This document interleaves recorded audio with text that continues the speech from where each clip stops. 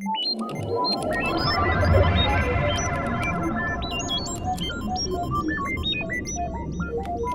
everybody, welcome to the Ethicsverse, the coolest place to be every Thursday at noon Eastern. If you are in ethics, compliance, employee relations, legal, if you're just anybody who cares about improving your organization's culture, this is the place to be. We got a phenomenal episode for you guys today. It is called Elevating Your Brand. How we can change our brand within our organization to drive the engagement that we all need. The number one job that we all have is to crowdsource risk intelligence at scale, to build an ethical culture, a culture of integrity that's authentic, that resonates with our employee base. And you are going to want to get your pencils or pens out and take some great notes today. Let's dive in. Hit our link tree. If you haven't hit this yet, you absolutely need to. As we're going through this intro, of course, as always, drop your LinkedIn URL into the chat. I encourage you to connect with at least one person. Your network is your net worth. Neither are big enough, and it's up to you to build that out. We have a very collegial space that we're in, and you got to take advantage of that. We're all fighting the same fight in our different corners of the world. So reach out to someone, and you get no bonus points for reinventing the wheel. So hit our link tree. You can see all of our various links to follow us on LinkedIn, to follow me on LinkedIn, to hit our YouTube channel where all of our episodes show up. So when you're doing the dishes or making dinner, you can tune into the Ethicsverse or the Ethics Experts podcast. Today's prize is Ethics and Compliance for Humans. This is from our good friend, Adam Balfour, who was on a couple of weeks ago. If you have not picked this book up yet, I totally encourage you to do it. It'll be money well spent. It's up to you to sharpen the saw, So there's a ton of great thought leadership coming out in our space now more than ever, and tune into that. So for Ethicsverse members, if you haven't become an Ethicsverse member, go again to that link tree, sign up for the Ethicsverse so that you can be eligible. And as always, we're going to give away 5 copies of the book today for the people that are most active in the chat, who are asking the best questions and sharing the best tips. This is a meeting point every single week for us to build our community and build our skills. So 5 of those we're giving away 5 of those. We have the ultimate guide to Compliance Week. Compliance Week is a couple of months away. We have put together everything you need to launch your Compliance Week in your organization. It's such a great opportunity to humanize your program. It fits well with this topic, of course, today, but it's a great way to humanize your program, to gain some awareness. And again, start playing this game of attention. That's the game we are in. So if you're interested in Compliance Week toolkit, go ahead and drop a 0 in the chat, and we'll send you a link for that. We have a roundtable coming up, I think in a week or two, where we're going to be getting super tactical about putting this stuff into practice. So if you're interested, please let us know, and we'll go ahead and send you an invite. So let's do a 1 for that one. If you want to come to that roundtable, it's an Ethicsverse, not on Thursday. It's an exclusive bonus episode roundtable on how we can get that done. Okay. Part of that package is this mystery game. This thing is like so fun. We filmed a cool video that Chase, round of applause for Chase, the man behind the curtain, our Wizard of Oz, as it were. We're putting together a great video so you can see how this thing can work. This mystery game is a lot of fun. We got a lot of great feedback on it already with those that we've done a beta with. And it's a great way to reinforce some messaging around bribery and around the policies that we need people to follow. Next, okay, so the Compliance Week Roundtable, here it is on the 19th. See, I was pretty close. I guess it's next week. So come in for that. That's going to be a lot of fun. If you would like a custom benchmark report, we give these to our clients. We'll also give them to you because we love you. So that's just one, just another example of how the Ethicsverse is here to serve you. We can take your hotline data, your investigation data, we can chart that against our benchmark, the status quo benchmark, and give you some real actionable tips on how you can improve your metrics. So if you're interested in that, drop a 2 into the chat. How do you like this? Drop a 2 into the chat, and someone from our team will reach out and get that going. Ecosystem, everyone's talking about it. So we've rewritten our entire platform. It's super flexible, gives you the data you need. It connects with all your other tools or all the other case management or investigation tools that other departments might be utilizing.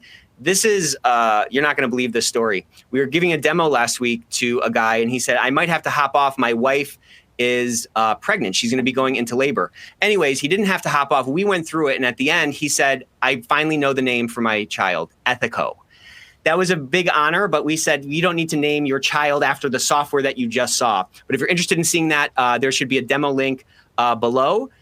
And I want to talk about a couple of other books that are out really quickly. Our good friend Tom Fox, The Voice of Compliance. If you don't follow him anywhere, you need to. He has a ton of great podcasts. It's where I get so much of my information.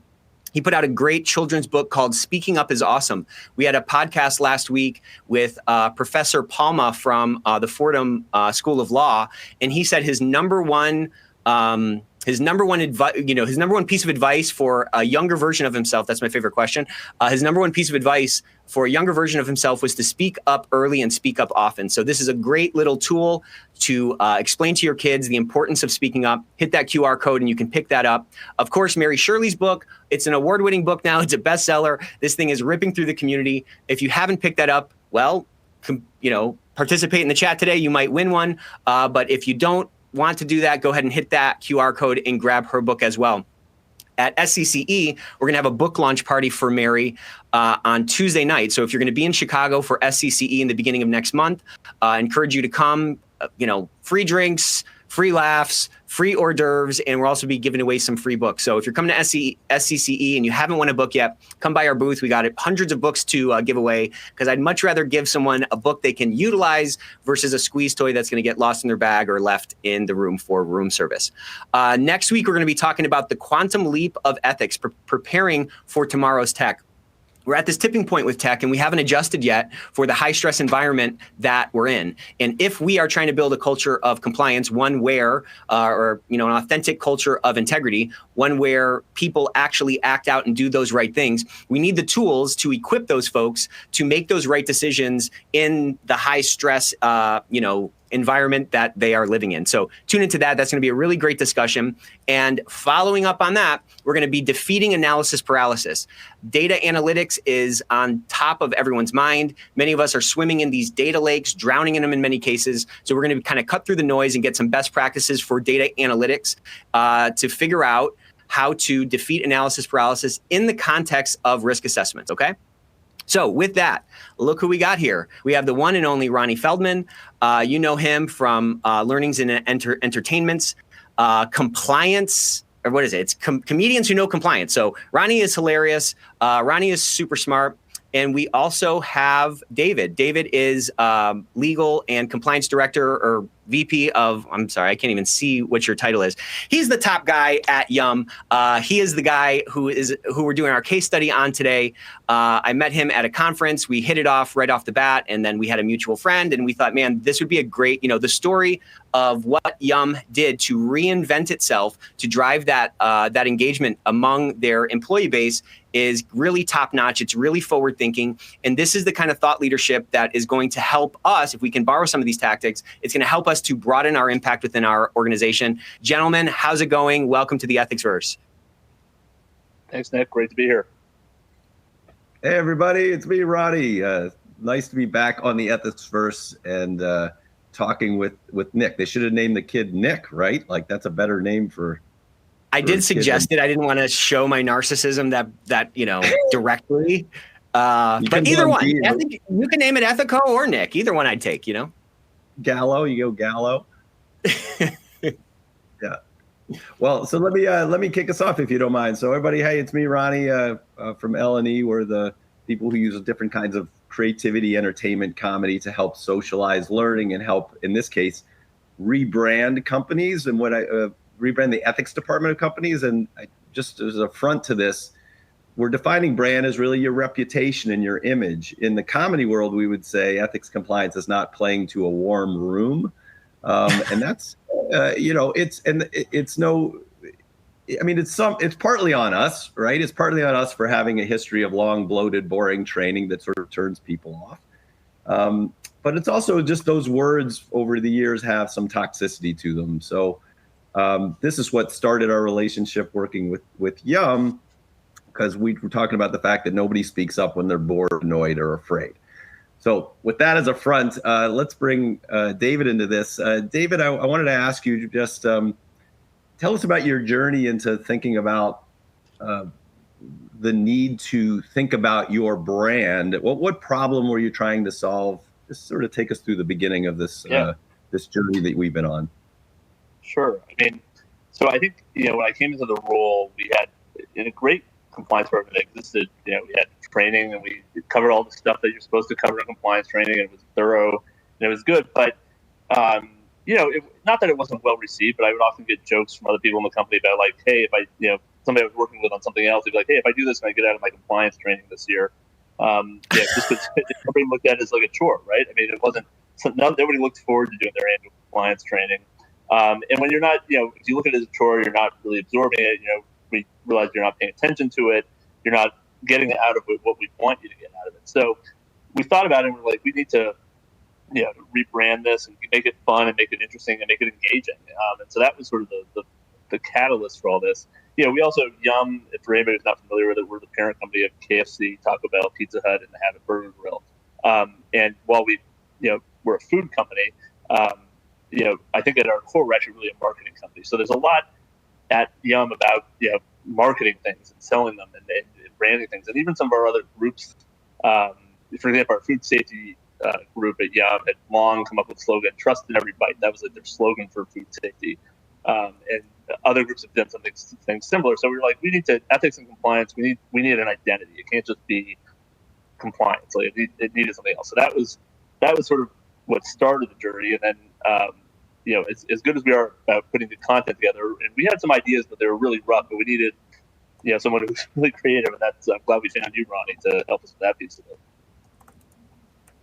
Cool. Like it's, if for those of you who've seen me speak before on we did an event with Ethico a month ago. We were on one of these, and so you might have seen this slide before. But to me, it's important to acknowledge how people perceive us. We say people don't go to the office of no, and there's this disconnect because you're trying to help people, and they view you as sort of a finger waggy, thing. So I think the way we started, David, I remember this sort of project came out organically was. We were talking about training, and then we were like, let's step back. When you walk into a room, what kind of face do people make? I think, and there was sort of like this little hesitancy, and this is not specific to you. It comes up when I talk to a lot of companies. They go, well, they tolerate us, or we get a little bit of the head shake, and we're like, well, hell, marketing 101. If you don't like the brand, let's change it. Yeah, Nick, did you have anything you want to add onto this? Well, I think it's interesting what David said, that his organization is a marketing organization kind of at its core, and he was able to pull from that ethos to reimagine and reinvent their program. And, I talk about this a lot. There are our industry, our job is one of influence, and that's a very difficult job. It's not a one-dimensional thing. We're not stamping, metal, or we're not putting things in boxes. We're trying to influence human behavior. And I think there are all these different, again, there's so many facets to the shape of what our job is and what it could be. And so I just think there's a lot we can learn from David's ability and success in pulling from the inspiration and pulling insights from these other departments to supercharge the influence that he was trying to drive in his organization and that his team was trying to drive in the organization. So David, so when we're talking about branding, the thing is, it's sort of anything that touches employees. What your name is, what your logo is, what your website looks like, what your training is like, how you communicate with people. So why don't you tell us a little bit about, and we have a couple slides to support you when the time is right, but tell us a little bit about what was involved with, the new branding, and so we will reveal it to people. Yeah, and I apologize. Oh, we got a guest star. We do have one of these from home. You got the dog in the background, so sorry about that. But before we get to that, even I just wanted to add. I think one of the things we're trying to do, our training never had an identity, right? So it didn't.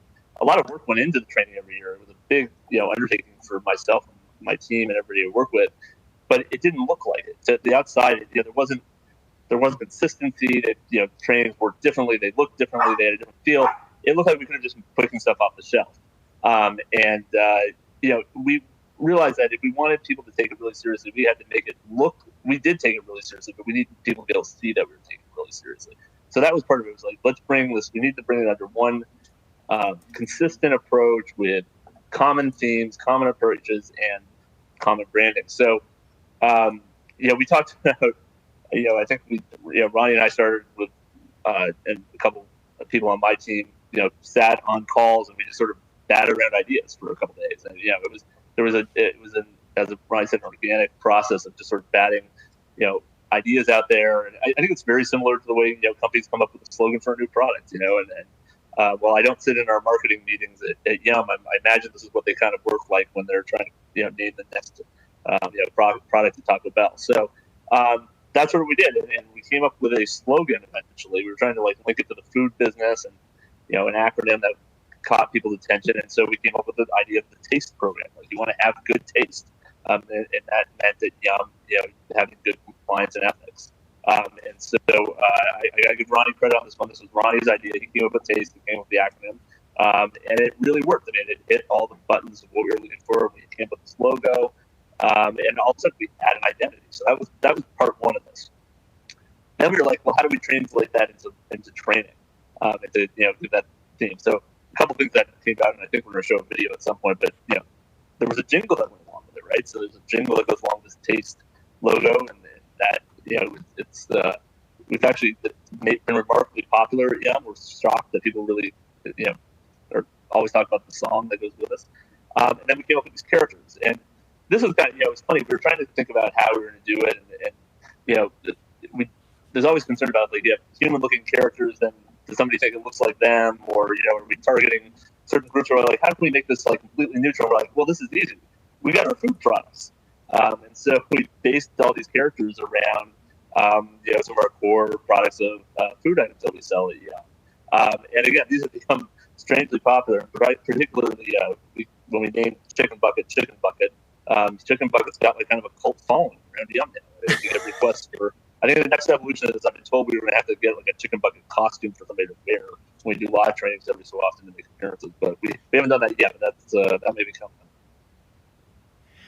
So what I want to touch on here is, I think nothing ever is created until it is kind of created in our minds first. And David had this idea to say, we want to rebrand this. And you sort of had a vision of where you wanted to go, but then you allowed for sort of the organic brainstorming, like you said, a la a marketing meeting, to really come up with how are we actually going to get to that destination? And, what you guys are going to see as we go through the rest of this and you start to see these videos, he said something else that I thought was important. Before, it was so disjointed. And I think we are, if our job is influence, we need to understand the psychology of our target audience, right? Our target audience is the employee base in this case. And there's multiple levels of communication that occur when you present a training or when you present all these various, aspects of your program. And when there's not a through line, across those different pieces, and it looks very disjointed, it sends a message that it's not that important. When, and correct me if I'm wrong, David, I mean, we talked a little bit in our pre-call about, how this ended up resonating.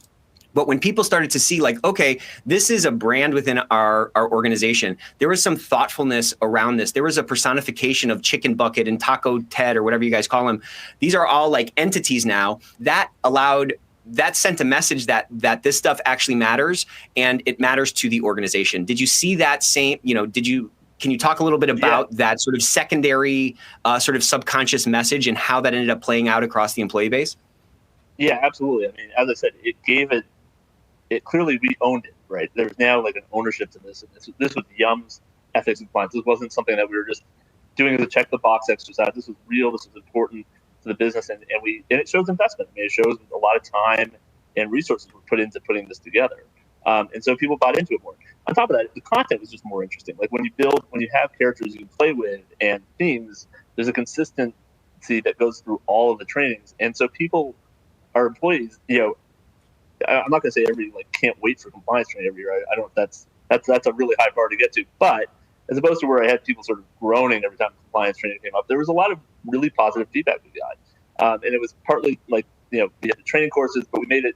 It wasn't just one time a year now. We built this as part of a year-round program, and we built short little punchy videos that we send out by email every so often that are nobody has to watch, but we made them good enough that people want to watch them because they're fun. And you're learning at the same time. It's fun and you're learning at the same time, which is the key. So you don't even realize you're absorbing a message, but you are because you're engaged in this interesting content. But yeah, no, the attitude around the way we were perceived and the way compliance is perceived at Yum. And we always had a good compliance culture generally at the base anyway. But, it became something that people were excited about. There was an excitement around compliance that I certainly had never experienced before. And it came out of, showing that we were doing something different. It was something new. It was interesting. It was not what they were used to seeing every year after year.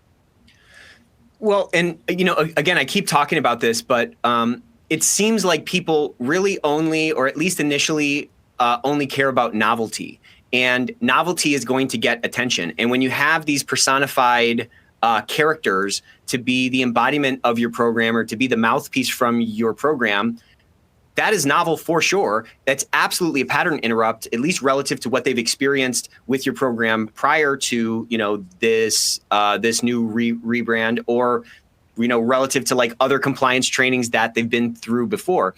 And our job is to open up the employee's mind and get the information into their mind so that when they're encountered with a decision or a problem, they react in the way that we want them to, in accordance to the policy or in accordance to the training. So a rebrand is such a powerful way to refresh, to break the monotony, to increase, to overcome this like attention battle that we're always fighting, and inject more of that knowledge into the mind of the people that we're trying to influence. Let me jump in. Go ahead, Ronnie. Well, I was just going to. You're on, Ron. Go ahead. Okay. Sorry. You're supposed to be the special guest. I'm sorry for talking over you. I wanted to say I love the idea of, so brand is great because it's some consistency and familiarity in the same way, you see the Geico thing, you're like, oh, that's a Geico commercial. So we now have like this consistency, but then you vary the way you deliver the message. So it's consistency of message, but variety in the styles that you deliver it. And that gets what you always talk about, Nick, the pattern disrupt. So I'm a big fan of variety. You got to try new things. But we'll get there. We'll show you some stuff. I just love the idea of, let me just say this. You can do this for this is hyper specific to Yum, right? But you can do this with any kind of company. So we did taste, have good taste, trust, accountability, support, togetherness, ethics. Good taste recipes today, insider trading. Today's good taste recipe, conflicts of interest. So we just keep expanding on the ways to do it, but you can do that for lots of different kinds of companies and brands. Yeah, which is actually getting to what I was going to say as well. What we did works for the Yum culture, right? So we knew you have to understand what works within your culture.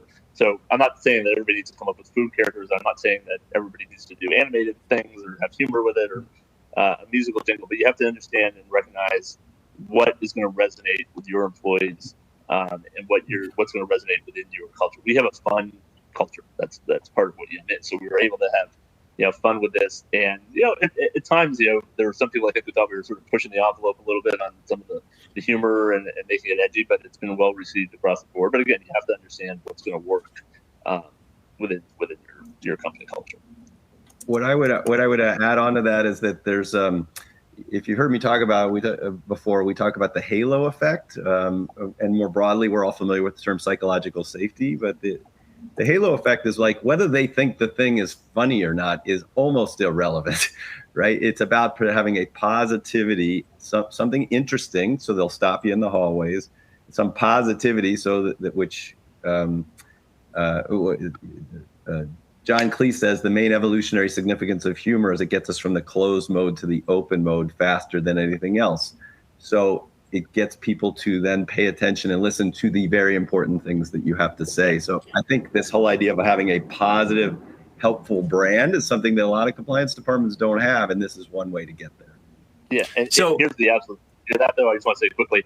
Historically, I know for a fact that a lot of our employees would go on the training and just like click through it. They'd be doing something else in the background, and just clicking through it to get through it, so they're going to take their credit for it. Now, I'm not saying that not everybody's. There's probably still some people doing that, but a lot of people actually watch these. They enjoy watching them. They're engaged with it. And that was what the key was. Like, let's get people to actually something they want to pay attention to. They're willing to take 10 minutes out of their day to watch and interact with and engage with.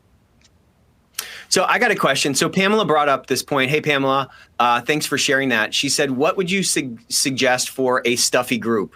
I think she said before that she works for a very conservative group. So how can we incorporate some novelty that doesn't push the line too much? Or would you say go ahead and kind of experiment and do a bunch of A/B tests? Like how would you kind of balance that, for a more stuffy, kind of buttoned up type of a situation?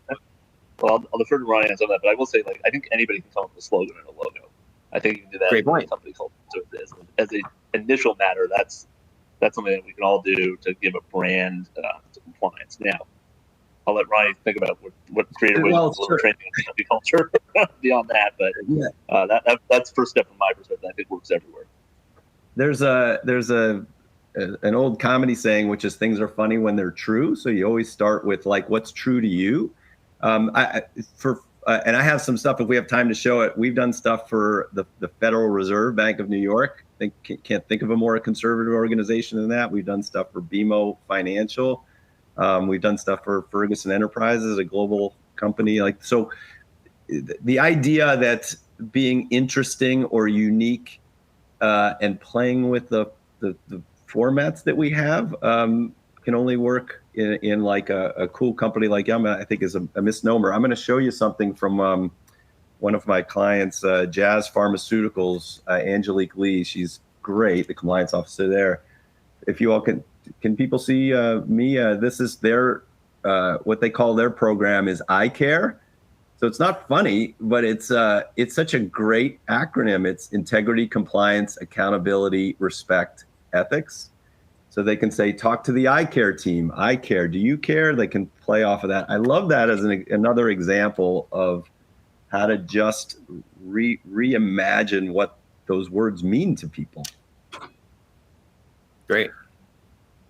So let's do this. Let me show, make sure that we answered that question, Nick, if I can't see the chat. Let me play one of these little 60-second clips for Yum. We started off making, what do we call them, like little 60-second communication or awareness things about different policies. Is that right? Yeah, we call them compliance shorts, is what we call them at Yum. But so this was supplemental to like full-on training courses. The idea being that there were certain key topics that we just wanted to emphasize throughout the year. So that's what these were. Yeah. So to bring this all home, we had those images, so we had chicken bucket, hamburger, pizza slice, and taco. It was funny that that's what we just decided to call them, and it's funny that works. So you can start immediately with just the imagery and the logo, and we started with a jingle. Then we started with these policy shorts. And then we started making courses, which is on the screen now, like the conflicts of interest courses. These are the days of our fries.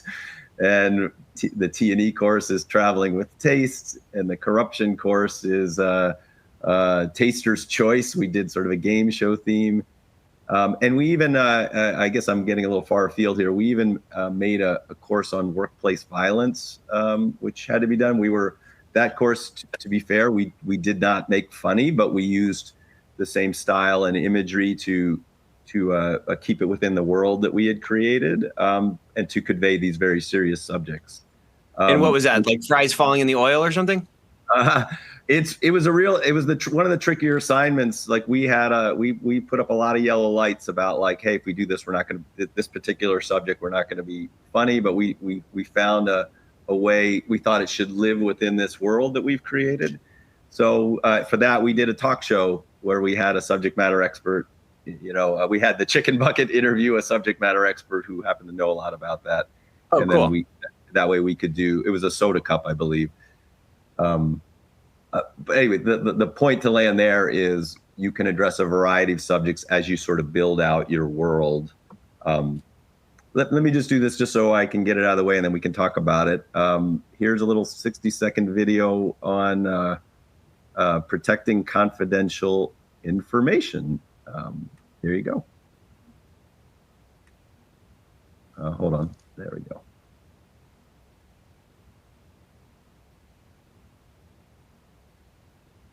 Is audio playing? I'm not hearing any audio.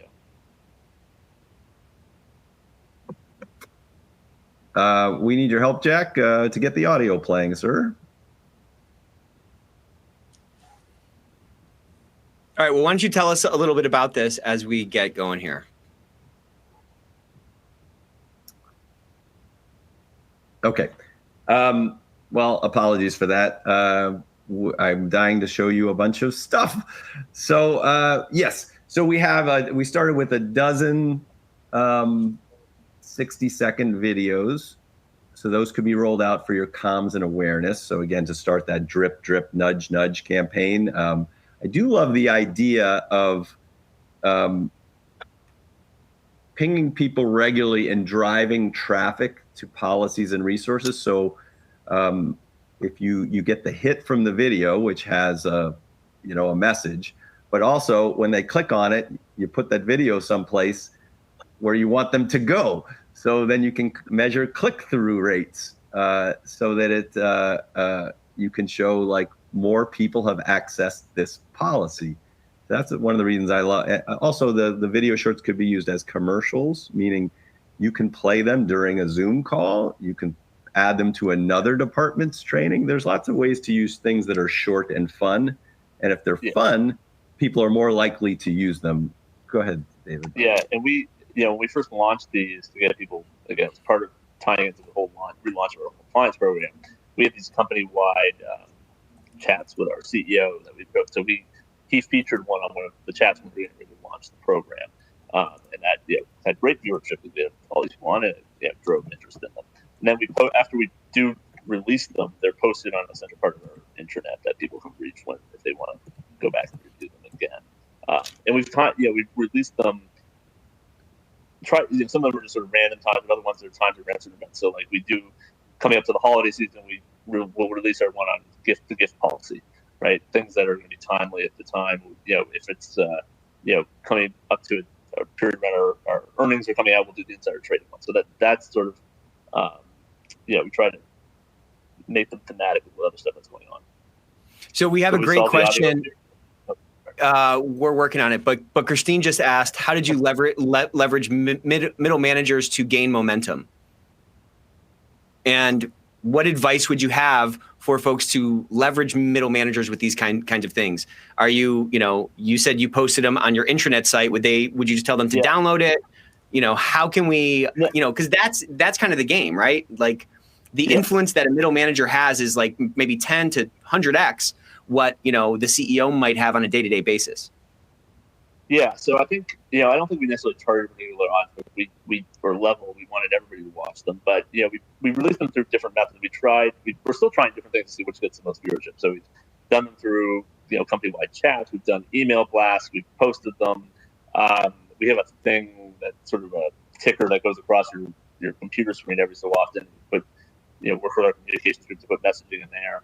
So we've tried different tactics to get them released, but the general point is like we wanted them to be easy to understand and quick.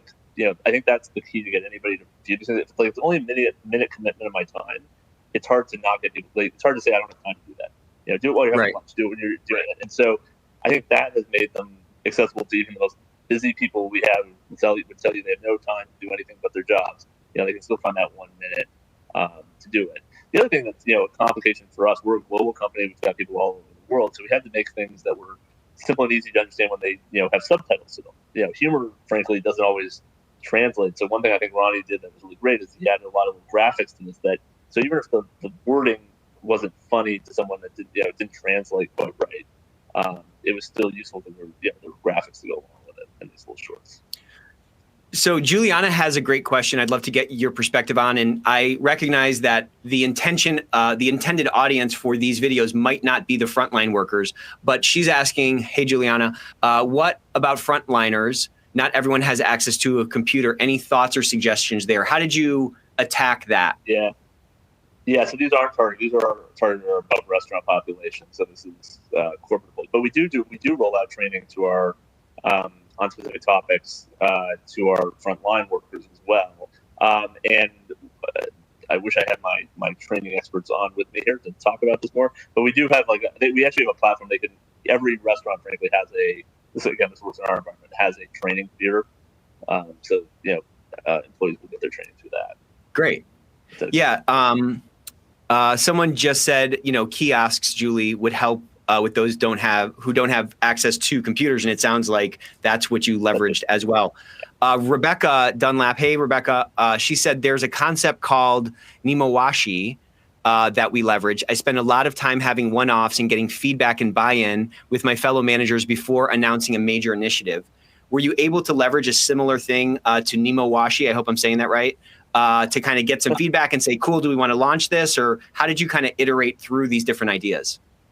Yeah, so absolutely. I mean, we definitely got internal buy-in before we launched any of this stuff. We have a compliance oversight committee that's made up of basically all our C-suite executives and other senior execs. And we first brought the idea to them, and everybody loved it. I mean, again, it was just conceptual at that point. We didn't have any of the videos. We didn't have. I think we did actually have a taste logo at that point.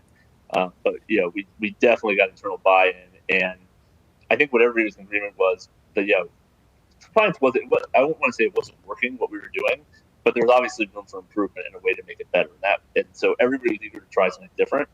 So that part was an easy sell. But, we weren't sure how everybody was going to react to this idea of having like cartoon characters and making compliance humorous and trying to go for an entertaining aspect. But we explained the concept, and again, I think we had the logo, and I think we had some characters already sort of drawings ready for them. We showed it, and every year brought into it, and then there was sort of we built it up. Until the actual launch, we sort of teased it for a little bit, internally, and then launched it when it was ready. With our, and I think it was our general counsel. We had to send out the initial message, really like kicking it off. I mean, it sounds like such a fun process to like do this whole reinvention and bring some creativity into this and kind of iterate through these different ideas and how can we leverage these different types of videos, days of our fries and as the world turned or whatever. Getting that feedback, I'm sure was super helpful. Yeah, no, we were really excited about it. And look, until we actually did it, part of me was still worried about how it was going to land. There was definitely a little bit nervous. Is this going to be the end of my career at Yum if this goes really horribly wrong? But it didn't. It's gone really well, and it's been very well received. But yeah, I think again, understanding your company culture and getting internal buy-in from key leaders across the company is important before you undertake any sort of big lead launch like this. There's also a cost to it too, by the way. This was, unfortunately, Ronnie doesn't work for free, so we did have to pay for it. And so it was fine. And, the work was great. But again, I had to get buy-in to say, look, we're going to up our budget on compliance to do this. But everybody thought it was well worth the investment. I'd like to dive into that a little bit. I'm sorry, Ronnie, go ahead, buddy. Well, I just want to chime in on a last couple of points, if you don't mind. First of all, the one that just came up is budget. So there's certainly ways to do this on lots of different budget levels. Like certainly creating graphics and images are not expensive as a starting point. For instance, is the work we do with Ferguson. We started out there with a custom character based on, they're like a plumbing supplies, so that we use like an HGTV style spokesperson named Do It Right Rick. And so they started out by just plastering Rick with speech bubbles everywhere. And then as budget becomes available, we roll out little short videos. And then as budget becomes available, we build courses. So super smart. There's different ways to do that. You also can do them with real people, meaning like you can involve your own people in interviews and things like that. Gosh, there's a whole discussion about that. Let me put a pause on that for a second. The other thought, getting to like workers without a computer, there obviously that's a challenge for everybody. But another reason that why graphics and logos and taglines are helpful is because they can be on printed materials. They certainly could be on posters. One thing that I've had some companies do is put QR codes on posters or business cards, but have that QR code go to a fun video versus. That's smart. Right? So that's a way you can hold up. Again, you have to teach them you have to reward them over time, meaning like if they hold their phone up to it and it's something fun happens, they'll do it again. So anyway, I wanted to get that idea out there. And then the third little thing, and I'm sorry, I'm covering a lot of things that we just talked about. No, this is great. Leadership. We didn't really talk about this, David, but if one of the things that I try to advise a lot of my clients on is I think it's super important to do targeted campaigns specifically for leadership first. If we had to start from scratch, because then once you get them on, it's super important to get leaders on board first.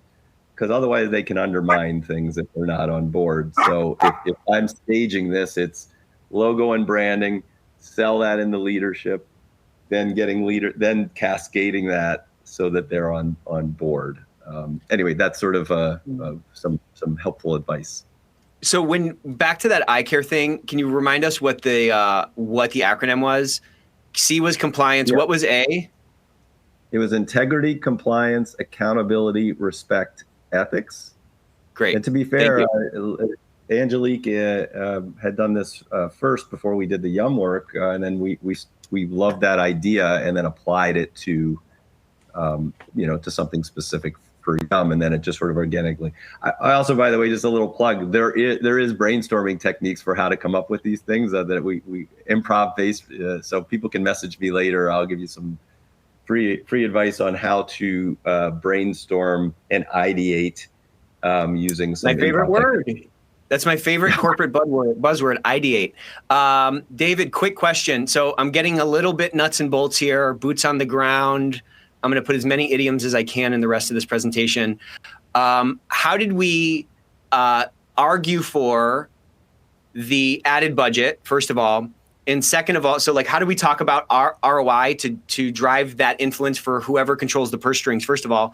And second of all, what sort of metrics were you able to point to from a before and after basis to show, the improved outcomes? You know what I'm saying? Yeah.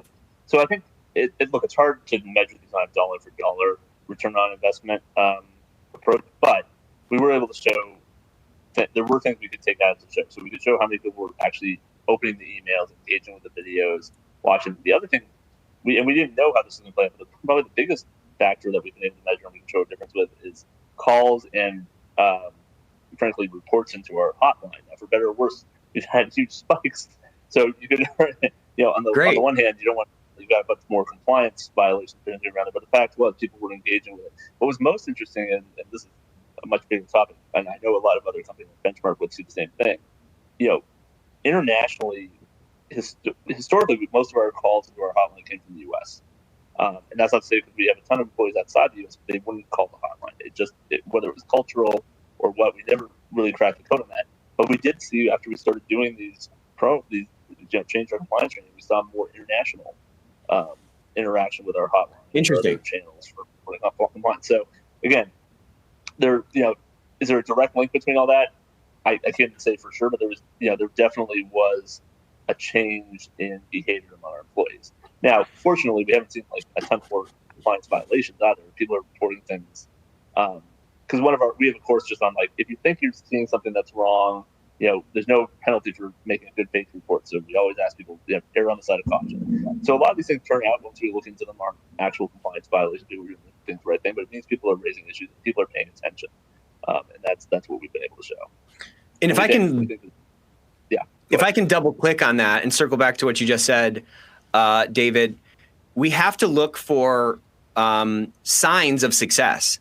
And we don't have to get into the correlation causation debate, but if we can see a statistically significant differential in the level of reports that we're seeing, or reports from regions that used to not really interact with our department, that is an absolutely valid data point to incorporate in your report card or whatever you want to talk about saying, hey, you gave me this extra budget. I told you that we needed to rebrand. You gave me this extra budget. This is what we did. And look at the outcomes that we are seeing. There's always room for improvement, of course. And again, falling into that navel gazing discussion about causation and correlation and all that, I think is kind of a moot point. You're seeing progress, and that's what this game is. It's all about incremental progress and getting more engagement from the crowd that we're trying to source risk intelligence from. So I think that's super smart. The thing I'll add is, and I think the one other metric we have, and we always had pretty good numbers on this anyway, but we're consistently above 99% completion of our compliance training every year now. Wow. Which we were always high in the high 90s, so it's not like this is a huge increase. We've always been really good at that. But it's consistently and with less complaining. So what that's worth, we get less complaints about it. And I would remind everybody else that I know there's lots of programs on analytics and measurement and all these things are important, but usually like the vast majority of things that compliance departments do tend to be measuring things that don't actually affect behavior. This is just sort of a flaw in how we do things, like, because it's really hard to connect the dots on those things. The idea behind the branding and the more positivity and the creativity is because it is proactive and preventative. So we have to do a better job of measuring things that actually affect behavior. We know that things that are fun and interesting are more effective ways to engage people. We know this when we talk to our kids. We just all know that we watch things that are fun and interesting. So it's funny to me that we sometimes challenge this within compliance, because compliance is no different. If it's fun and interesting, people will engage with it. If you are fun and interesting, people will engage with you. Versus like a lot of metrics are, we did this many investigations, we have this many. A lot of companies have bad training and 100% completion rates. Do you know what I mean? Like, I love that you have good completion rates. I'm just pointing out that metric that we use is sometimes, it's good. It's helpful and not, Yeah. So some people are saying that they're having some trouble hearing David. So I just want to kind of summarize his answer to my question, which was he was able to negotiate for it, and they saw a substantial increase in the level of reporting through their hotline, both in the United States, where the majority of the reports came from previously, but also in these other international regions, which typically got very low reporting. So that was an indicator that there was more engagement, as prompted by this catalyst for engagement, which was the rebrand. Separately, he also said that their compliance training completion rates were up around 99%, which I think is absolutely best in class. You guys ready to roll the dice and see if this video works now? Let's do it. Yep. So I think I need to share my. Oh. It's taste, trust, accountability, support, togetherness at their taste. Today's good taste recipe: protecting confidential information. Some things are private, like your password, your pet name for your pet, and your company's confidential information. In today's hybrid work environment, 1 minute you're trying to have a Teams meeting with screaming kids and a repairman in the background, before you grab an Uber and talk on the phone on the way to the coffee shop, where you grab a latte while using the coffee shop's Wi-Fi to scroll through your emails, all before asking a stranger with a man bun to watch your laptop, while you chat with a colleague about the deal you just tried to close. By the way, all those things I just mentioned, they aren't particularly good. Be aware of your surroundings, so we keep confidential information confidential and secure, even from Mr. Pookie Paws. Yes, I love you, Mr. Pookie Paws. Questions? Contact us for advice, support, or to report a concern. Have good taste. It's taste. So I love that the man bun didn't get a down vote there. Everything else got a not good except for the man bun. So that was great. But great video, great video, quick, got to the point, expressed the main issue that folks have to look out for in this hybrid environment that we're all living through right now. And let me say one thing, David, real quick. The one thing that I like, even though a jingle seems like a weird thing to do for a company, it makes sense for Yum because you're a food company. The thing I love about that the most is that it makes you feel right away that it's not a boring training video. It stands out. Right. It's a little tag at the beginning and the end that maybe even if they're not listening to it, they're like, oh, wait, I'm going to pay attention. And then the middle, obviously, we just try to have information as quickly as possible and some smile associated with it. David? No, I think you're absolutely right. The jingle, which was sort of a last piece of this, I think when we were putting it all together, has turned out to be one of the things that resonated with people more than anything, which I would not have guessed. But we get more comments about the jingle, and requests for a remix version has been asked for next year. So Ronnie, we have to put our heads together on that. But it definitely captured it. And again, it's a signature of the program. So that's that jingle accompanies all of our messaging now. And it for better or worse, it's one of those what's an earworm. So you can't stop humming it after you're done. So, there's a reason that every time you log into Netflix, you see that little image and you hear that sound. Or back in the day, HBO would do the same thing. It's just sets the stage for what you're doing, and it's that common touch point that creates a consistency through all the communications. And this multimedia, multi-sensory approach is the way to crack the code for influence, because it's all about attention. You guys want to watch the next one? We're getting close here, and I want to make sure that we get through these. Well, Yeah? let's do, another yum one, and then if they want to see an example of another company, I brought a couple of those too. Sure. All right, let's see if this works.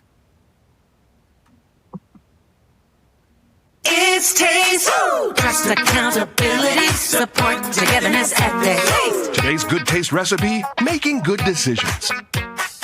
Sweet or savory, an adventure or a nap, cats or frogs. I know for most people it's dogs, but I'm a frog guy. The point is, decisions are hard. So when you have one, ask yourself these questions. Does it conflict with the law, our policies, or values? Could my decision impact others? If what you did appeared publicly on the news or on social media, could it be embarrassing for you or the company? If you are unsure, it's okay to ask for help. Good luck out there. If you need me, I'll be stuffing fries in my face and taking a nap with Hopper, who is my cat. Questions? Contact us for advice, support, or to report a concern. Have good taste. It's taste. Great. I didn't realize I mean, it's funny. I mean, they're all funny. You know what I'm saying? To your point, it gets to the point. We have that pattern interrupt. It gets to the point. Here's what you need to know, boiled down into 60 seconds. It gets a laugh, and it's that pattern interrupt. It's like everything that's so compelling. It's usually pretty simple, but that formula repeated over and over and over again can have a massive impact in engaging folks to help us crowdsource this risk intelligence and to build this culture of, this high integrity culture that we're all striving for. Before you play anything else, so we have a couple minutes, we can play another 60-second one from another company to see an example, or we obviously could use the time to sum up or answer questions. What do you think, Nick? I'd say let's go through some more videos. Well, so we'll show this one from Ferguson Enterprises, which again it's also animated. We also have ones with real actors, but let's play the Ferguson one because it's short and sweet and just shows you a different way to do it. That's my cue. Oh, yep. You got it? Yeah.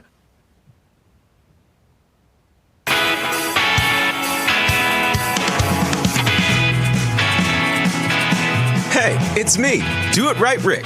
You might remember me from the hit shows From Here to Integrity and the original Kings of Compliance. But today, I'm here with the new DIY Do It Right Rick tip.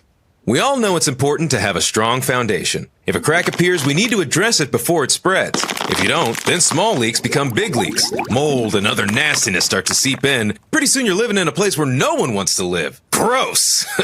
This is also true when we're talking about integrity. That's why Ferguson provides a whole support system of people, policies, and learning resources to provide us with a strong foundation for integrity and compliance. It's kind of awesome. Remember, integrity is one of Ferguson's core values. And it isn't something that we have or don't have. It's something we all have to work on every day to maintain. Integrity means doing the right thing, even when no one's looking. So, let's hold ourselves to a high standard and keep our foundation strong. That's right. The strong foundation thing before was a metaphor. Together we can help keep Ferguson on the level. You like that? Because it's two meanings. And that seemed a lot more clever in my head. Anywho, this is Do It Right Rick saying, if you're gonna do it right. Oh man, I was punning pretty hard back there. You know, doctor says I gotta stop punning so hard. No, he likes them. He just says they're too good. Too good is what he said. Too funny. Too witty. Too zippy. Good. Do It Right, Rick. I did love him on Kings of Compliance, though. That was cool that you were able to get him for that video. We have like a dozen, maybe it's 7 or 8 of them now, and so we use a spokesperson because again that sort of fit their sensibility. There's a lot of plumbing, construction metaphors in that because that's specific to them. We crafted we got the voice, of someone. We gave them lots of options. Feel like we have a short amount of time. If people want to contact me later, I can show you examples that involve like actors who are playing spokespeople who interview real people over Zoom or live. And I think that's a real fun technique. But just reach out to me and I can share you those examples from like BMO and the Fed. And then we just did a really cool one for a company called Dexcom, which is a insulin. Anyway, there's lots of different styles that we can show you. So as we're getting to the last couple minutes here, David, I'd love to get some expert advice from you, somebody who's kind of on the other side of this or has at least kicked off this rebrand journey, what advice would you have for someone who is kind of spinning their wheels and who feels like their program isn't resonating as deeply or as, on as much of a humanized level as yours is right now? What would you tell them on how to get started, or, pitfalls to avoid, best practices? Yeah, I mean, I think some of the stuff we've talked about already, but I think one is understanding your company culture, what works. There's nothing wrong with looking to other groups and seeing what they've done that might have been successful in terms of communications plan. We certainly, work with our internal communications team and get their thoughts on things. I think also be willing to think outside the box. There were a lot of ideas that we looked at when we were trying to come up with a concept that hit the cutting room floor and never made it to fruition, but I'm glad we thought about them.